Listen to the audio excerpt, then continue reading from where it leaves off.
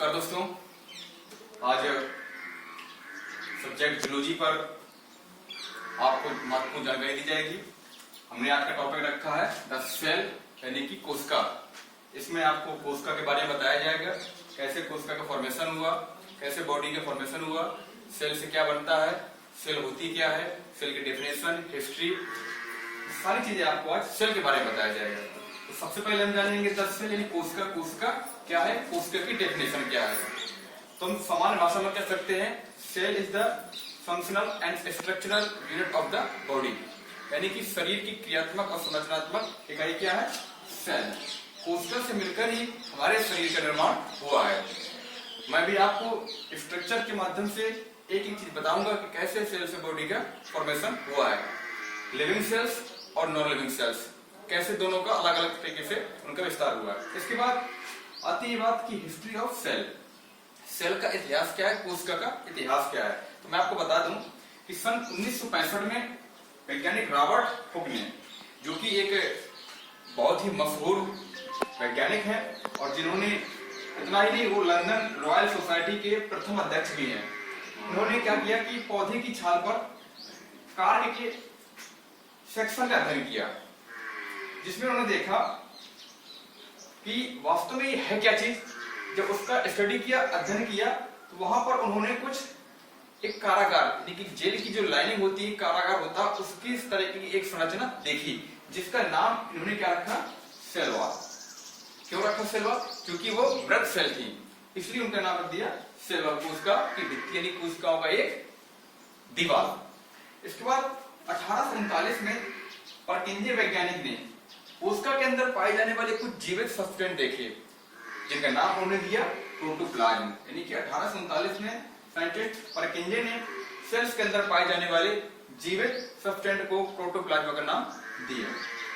बात आती है फिर 1831 में इंग्लैंड में एक वनस्पति शास्त्री, महान वनस्पति शास्त्री रॉबर्ट ब्राउन, इन्होंने कोशिका के अंदर एक गोल रचना देखी, एक गोल संरचना देखी।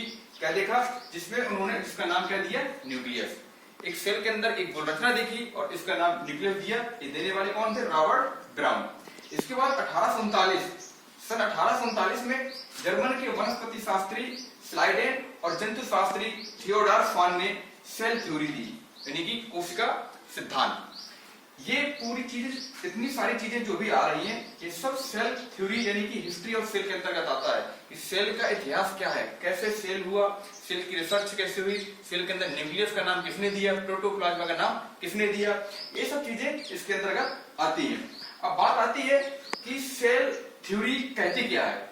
सेल थ्योरी कहती है कि जो कोशिका है वो एक संरचनात्मक इकाई है, जो कि जीवों की अनेक प्रकार की क्रियाविधि के लिए वो महत्वपूर्ण भूमिका होती है, क्योंकि सारा पूरा हमारा जो पूरा को शरीर होता है वो कोशिकाओं से मिलकर ही बना होता है। इसके बाद आती है जो न्यू सेल्स होती है वो कैसे बनती है।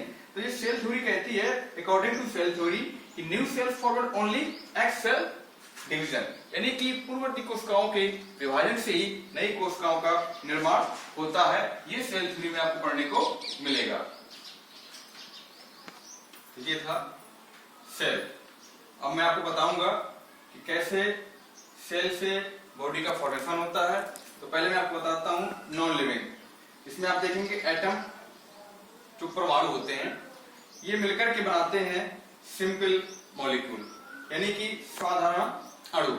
इसके बाद ये मिलकर बनाते हैं मैक्रो मॉलिक्यूल, यानी कि थोड़ा उससे लार्ज संख्या में, यानी कि लार्जेस्ट अणु। इसके बाद ये जो होते हैं ये मिलकर बनाते हैं मेम्ब्रेन्स। फिर उसके बाद बनते हैं ऑर्गेनेल्स, और इसके बाद यहां तक ये नॉन लिविंग की प्रोसेस चलती है।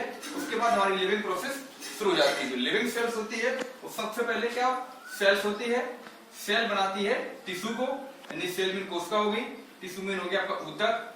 इसके बाद टिश्यू बनाता है टिश्यू सिस्टम, इसको हम हिंदी में कह सकते हैं ऊतक तंत्र। इसके बाद टिश्यू सिस्टम बनाता है ऑर्गन्स, जिसको हम हिंदी में कहते हैं अंग, और ये ऑर्गन्स बनाते हैं ऑर्गन सिस्टम, यानी कि अंग तंत्र। और जब अंग तंत्र मिल जाते हैं तो बन जाती है बॉडी, या कह सकते हैं एनिमल।